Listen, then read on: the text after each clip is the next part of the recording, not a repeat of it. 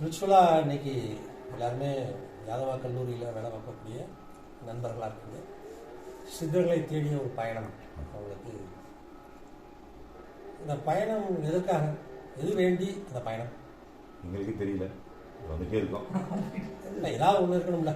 ஒன்று அருள் வேணும், குடும்ப பிரச்சனைகள் இல்லை பொருள் வேணும். ஆமா, எல்லாம் சேர்ந்ததுதான். அருள், பொருள், குடும்பம், குழந்தை நல்லா இருக்கணும். எல்லாமே சாமிகிட்ட என்ன கேட்கறோமோ அதுதான் ஐயாட்டையும் கேட்கறோம். எல்லாருமே அருள் வேண்டதுக்கு என்ன பண்ணணும்? ஐயாட்ட வேண்டி தியானம் பண்ணி அப்படியே பண்ணிக்கணும். அதுக்கு ஒரு சிஸ்டம் இருக்கு. எல்லாருமே கல்லூரியில் பேராசிரியராக இருக்கீங்க. என்ன படிச்சிருக்கீங்க? எல்லாம் பிஹெச்டி வரைக்கும் முடிச்சாங்க. அப்போ அந்த பிஹெச்டி முடிக்கிறதுக்கு பிஹெச்டி அப்ளை பண்ணணும். யார் வேணும்? ஒரு கைடு வேணும். கைடுன்றது பேர் வழி நடத்துகிற ஒரு குரு. குருன்னு வச்சுக்கலாமா? குரு தான். அதான். அப்போ எது படித்தா பிஹெச்டி வாங்க முடியும்? பேசிக்காக பிஹெச்டிக்கு குவாலிஃபிகேஷன் எது? டிகிரி போ குருநாதருடைய வழி நடத்தல் தான். இந்த மாதிரி பண்ணுங்க. Master degree. மாஸ்டர் டிகிரி அது பேசிக் குவாலிஃபிகேஷன். மாஸ்டர் டிகிரி வரைக்கும் ஸ்பிரிச்சுவலாக 4 விஷயத்தை நாம் கற்றுக்கணும். பூஜை, ஜபம், அப்புறம் யோகம், அப்புறம் தியானம். 4 நம்ம வயிற்று பசிக்கு நாம் சாப்பிட்ற மாதிரி. 5வது ஞானம்னு ஒன்று இருக்கு. எல்கேஜிலேருந்து மாஸ்டர் டிகிரி வரைக்கும் பூஜை, ஜபம், யோகம், தியானம். ஞானத்துக்கு குருவோட அருள் வேணும். அதுக்கு என்ன சொல்கிறாங்க அப்படின்றத பார்க்கணும். பூஜை பண்ணி முக்தி அடைய முடியும். பூஜை செய்வதன் மூலமாக நிறைய சரித்திர வரலாறுலாம் இருக்கு, உங்களுக்கு தெரியும். மந்திரம் சொல்வதன் மூலமாக முக்தி அடைய முடியும். யோகத்தின் மூலமாக முக்தி அடைய முடியும்.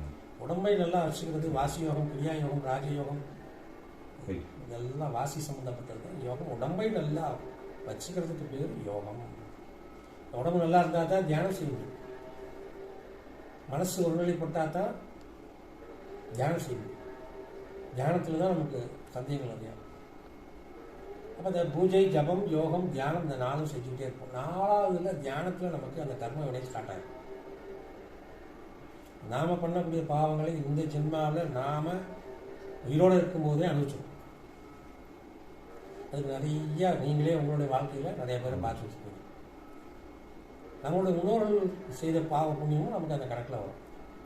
நீங்கள் செய்யக்கூடிய புண்ணியம் உங்கள் குழந்தைகளுக்கு டெபாசிட். காசு பண்ண டெபாசிட் கிடையாது, செய்யக்கூடிய புண்ணியம். இதெல்லாம் அந்த தியானத்தில் நமக்கு சந்தேகங்களாக வெளிவரக்கூடியதெல்லாம் ஏன் வருது அப்படின்னா தர்மம் இல்லை. எவன் ஒருவன் நல்லா தர்மம் பண்ணுறானோ அவனுக்கு இது சந்தேகம் வராது. அவன் 4வது ஸ்டேஜை தாண்டி குருவோட அருள்ல ஞானத்துக்கு போயிடுவான். ஏன்னா அவன் காப்பாற்றுறது தர்மம் தான், உயிர். உதாரணமாக மறைந்த ஒரு நடிகர் ஒருத்தர் இறந்து போனார். எல்லாருக்கும் ஒரு சிம்பத்தி இருக்கும், மனசுக்குள்ள ஒரு சின்ன சிம்பத்தி. இவ்வளவுலாம் அவர் அவ்வளோ செஞ்சுருக்காரா அப்படின்ற ஒரு சிம்பத்தி. அது எது சொல்ல வச்சுச்சுன்னா அந்த தர்மம்.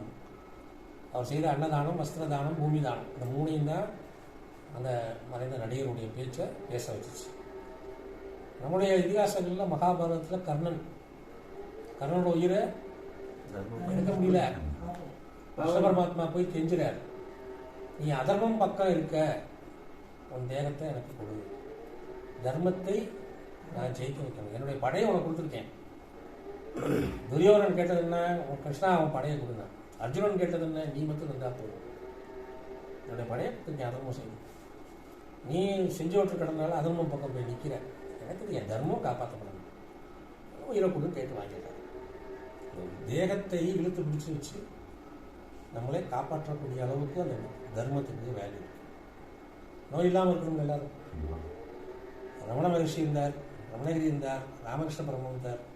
எண்ணற்ற மகான்கள் இருந்தாலும் நம்முடைய கடைசி காலங்களில் எப்படி நோய்வாய்ப்பட்டு தான் போனாங்க. இந்த தேகம் தெரியாதுன்னு சொன்னாலும் பட் ஆனால் அவங்களுக்கு அந்த நோய் வரதான்.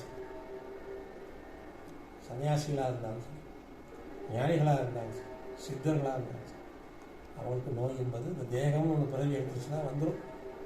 ஆனால் அது அவங்க அந்த நோயை எப்படி டேக்கிள் பண்ணுறாங்க அப்படின்றது தான் முக்கியம். அவங்க அந்த தேகத்துலேருந்து விளங்கி சூட்சுமமாக சூன்யத்தில் ஆத்மாவில் கொண்டு போயிடுவாங்க. அந்த பெயின் தெரியாது, அதுக்கு நமக்கு பயிற்சி வேணும். அதனால் அந்த பூஜை, ஜபம், யோகம், தியானம் நாம் தொடர்ந்து வீட்டில் பயிற்சி பண்ணணும். நம்ம சாப்பாடுக்கு மனைவிக்காகவோ மகனுக்காகவோ அம்மாவுக்காகவோ தந்தைக்காகவோ சாப்பிட முடியாது. அம்மா வயிற்று பசிக்கு அம்மா தான் சாப்பிடணும். நம்ம வயிற்று பசிக்கு நம்ம தான். அது மாதிரி ஸ்பிரிச்சுவல் என்பது ஃபைனலாக செல்ஃபிஷ்னஸ். இந்த நாளே அவசியம் கற்றுக்கணும். இதான் சிஸ்டம். அதான் சாமி சொல்கிறது. சிஸ்டத்துக்குள்ளே வந்துடணும். அப்போ தான் டிகிரி கிடைக்கும், மாஸ்டர் டிகிரி கிடைக்கும், பிஹெச்டி அப்ளை பண்ண முடியும். அது ரொம்ப அவசியம். இந்த ஞானம் கிடைப்பதற்கு நம்ம தொடர்ந்து தர்மம் செய்யணும். அந்த தர்மத்துக்கு ஒரு ஒரு டெஃபினேஷன் கொடுத்துருக்காரு. நாம் மாதம் வாங்கக்கூடிய சம்பளத்தில் 10ல் 1 மடங்கு. 10,000 சம்பாதிக்கணும்னா 1000